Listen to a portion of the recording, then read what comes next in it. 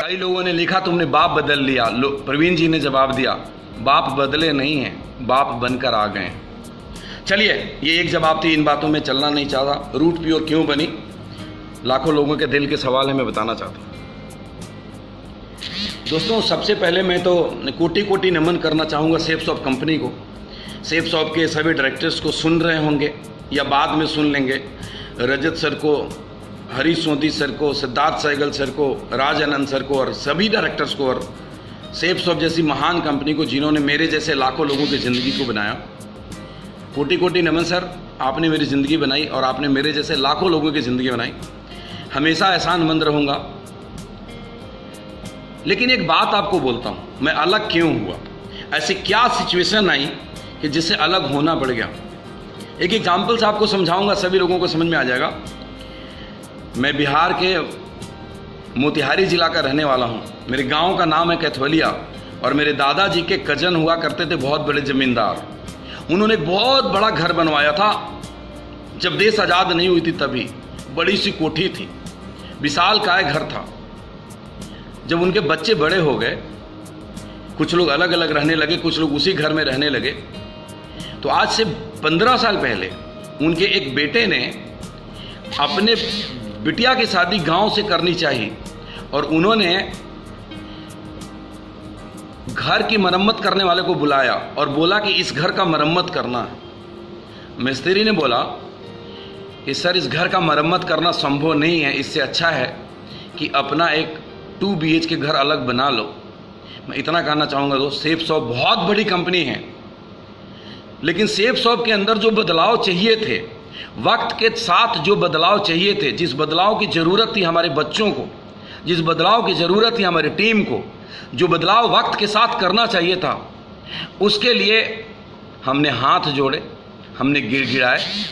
मुझे बहुत अच्छे से याद है, कुछ चेंजेस को लेकर के हमने कंपनी का डायरेक्टर से बात करना शुरू किया।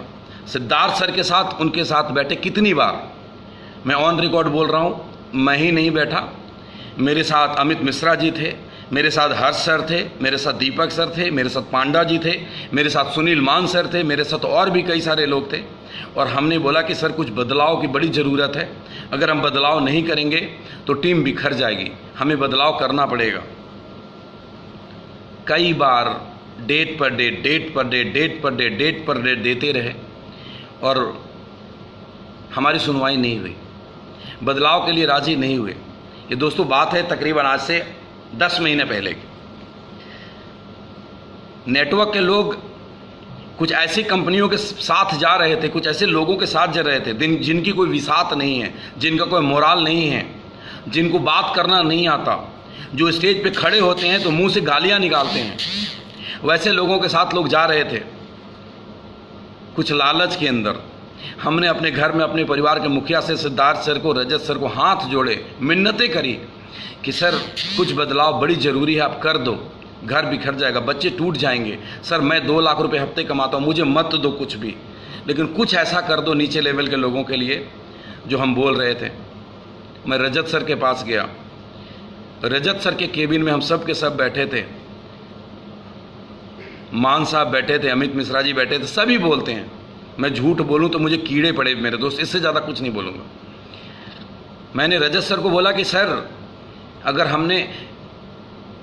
हमने बदलाव नहीं किए तो बहुत नुकसान हो जाएगा। मैंने बोला कि सर, जब जियो कंपनी प्लान चेंज करा तो सारी कंपनियों को चेंज करना पड़ा। जिस वक्त पे हम सेफ शॉप कर रहे थे, जब हमने शुरुआत किया था, आज से 10 साल पहले हमारा कोई मुकाबला नहीं कर सकता था, लेकिन आज मार्केट में बदलाव का दौर है, हमें बदलाव करने चाहिए, हम बदलाव नहीं करेंगे नुकसान हो जाएगा। मैंने कुछ एग्जाम्पल दिए। सर, आपके हाथ से सिखाए हुए लीडर, आपके सामने डेवलप हुए लीडर, आपसे सीखे हुए लोग जा करके अपनी कंपनी खोल लिए, ये उनकी मजबूरी है, वे सुरक्षा से नहीं गए।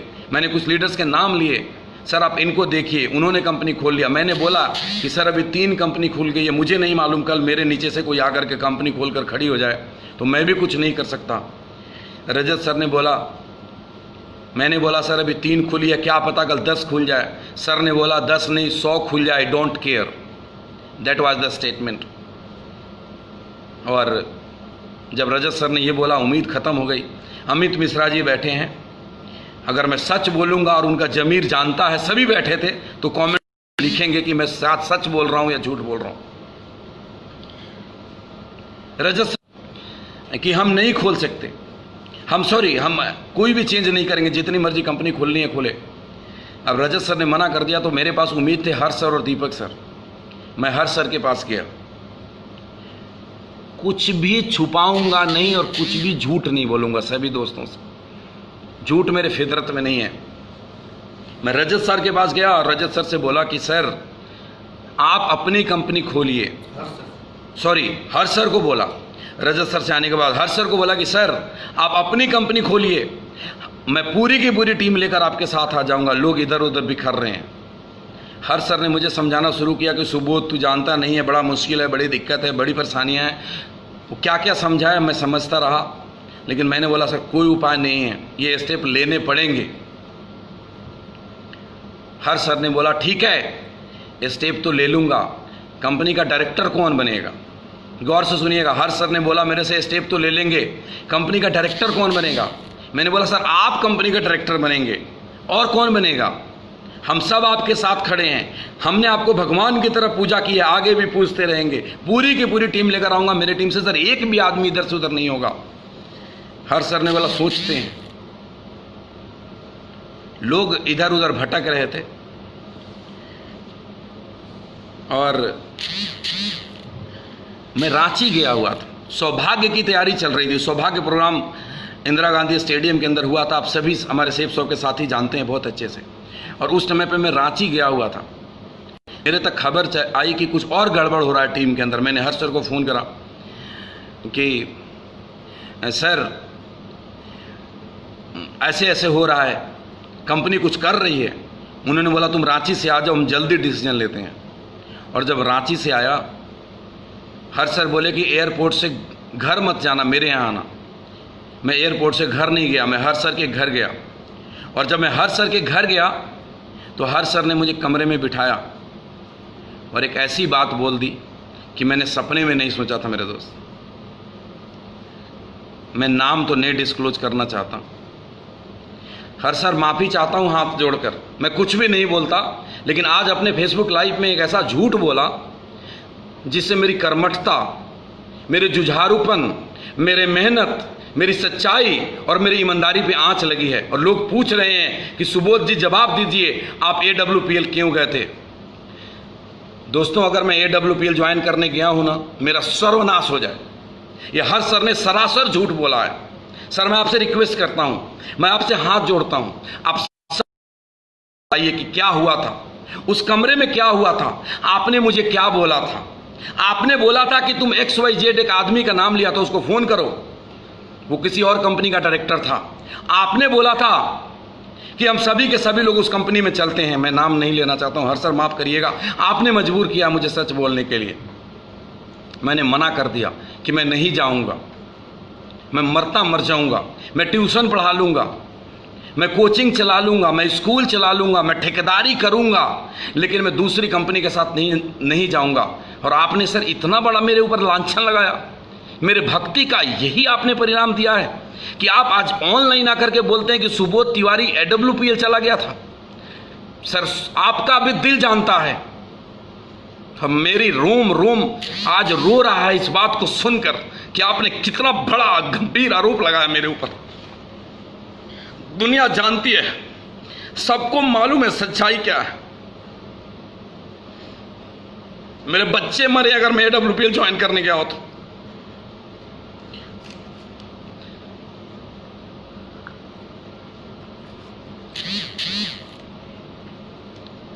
आपने इतना डार्क में रखा सर, अभी भी लोगों को डार्क में रख रहे हैं। अब भी सच बोलिए सर, अब भी सच बोलिए, सच बोलिए सर, मत घुमाइए चीजों को। बहुत नुकसान हो रहा है लोगों का, लोगों की बहुत उम्मीदें होती है हमारे से, लोग हमारी उंगली पकड़ते हैं। हम अपने बारे में नहीं सोच सकते सर, हमें लोगों के बारे में सोचना पड़ेगा। मैंने मना कर दिया, आप मेरी बात मान के बोले चलो ठीक है नहीं जाते दूसरी कंपनी के अंदर। लेकिन सर आप हाथ जोड़ता हूं, भगवान की तरफ बुझाओ, ऐसे आरोप मत लगाइए मेरे पे। मैं इस झूठ के साथ जी नहीं पाऊंगा।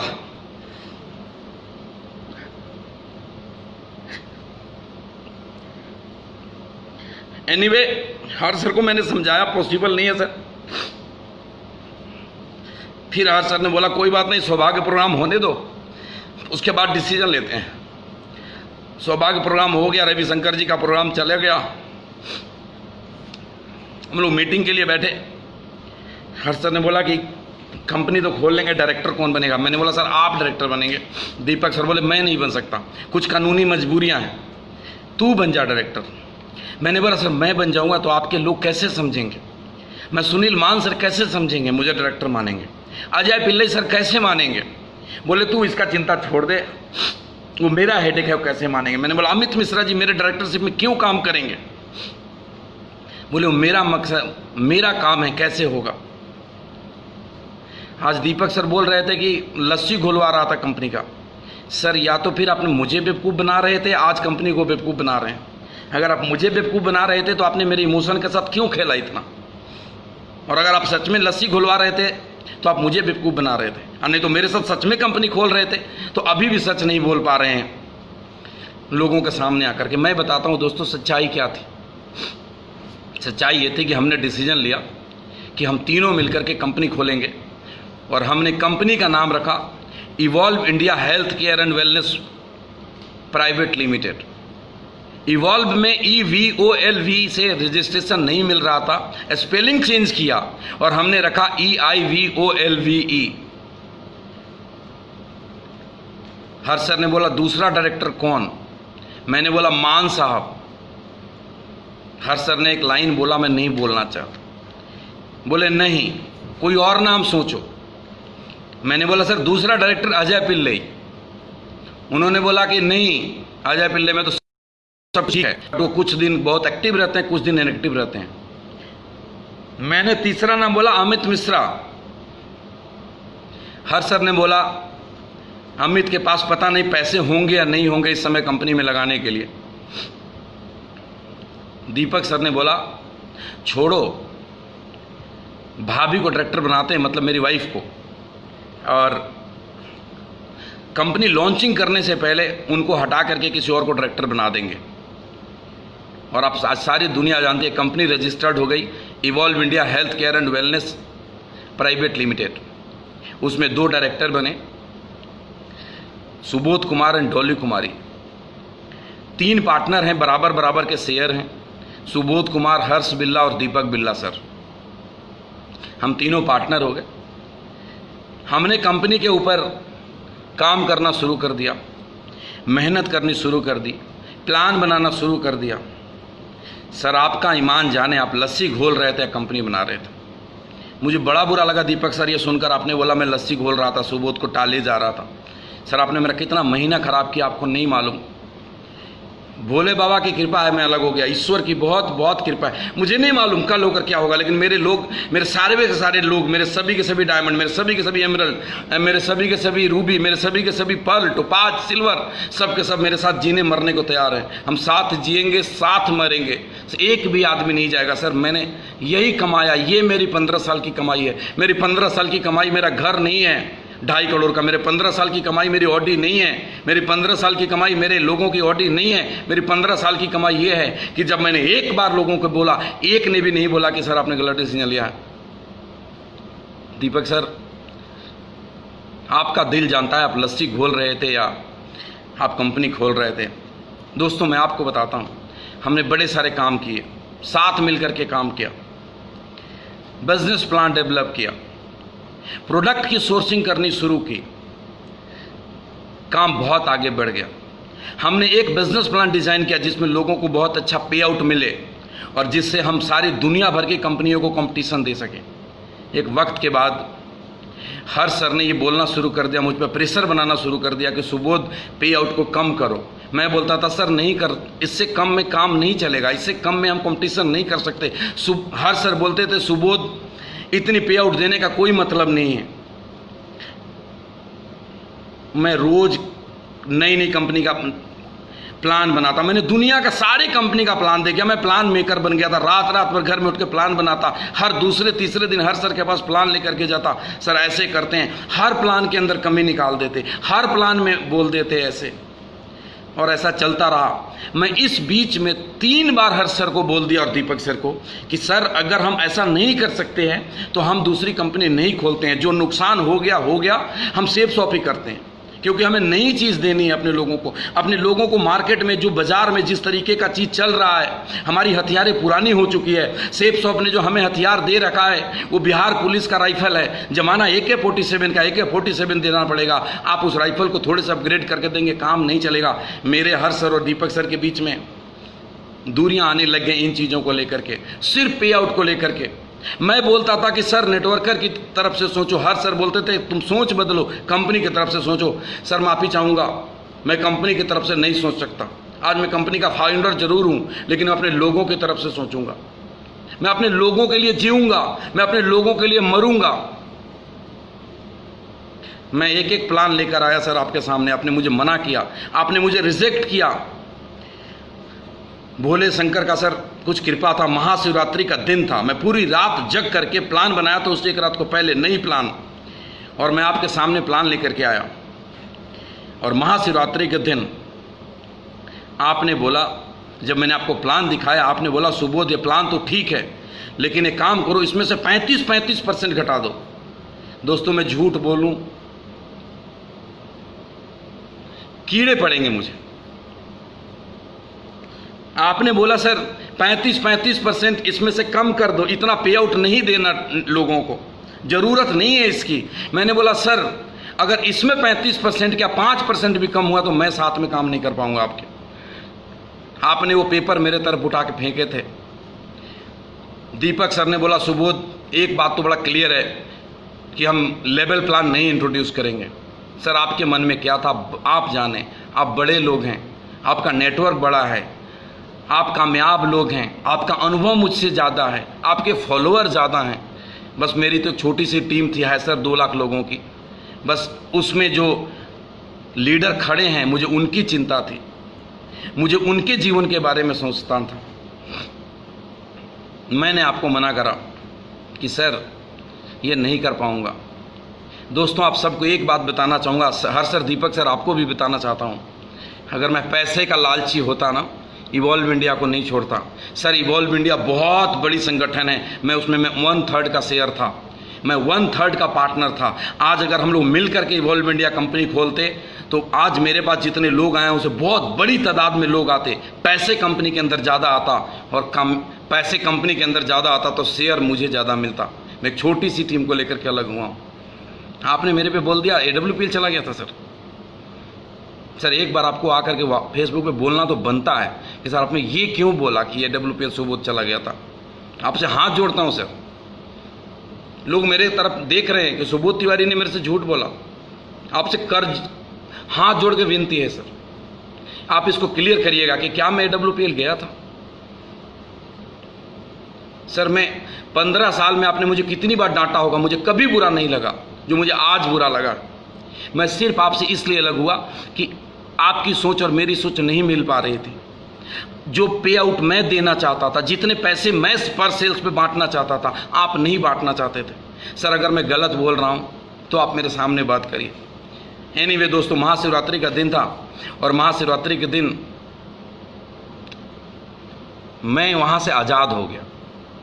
मैं घर आया, मैंने बोला चलो अच्छा हुआ।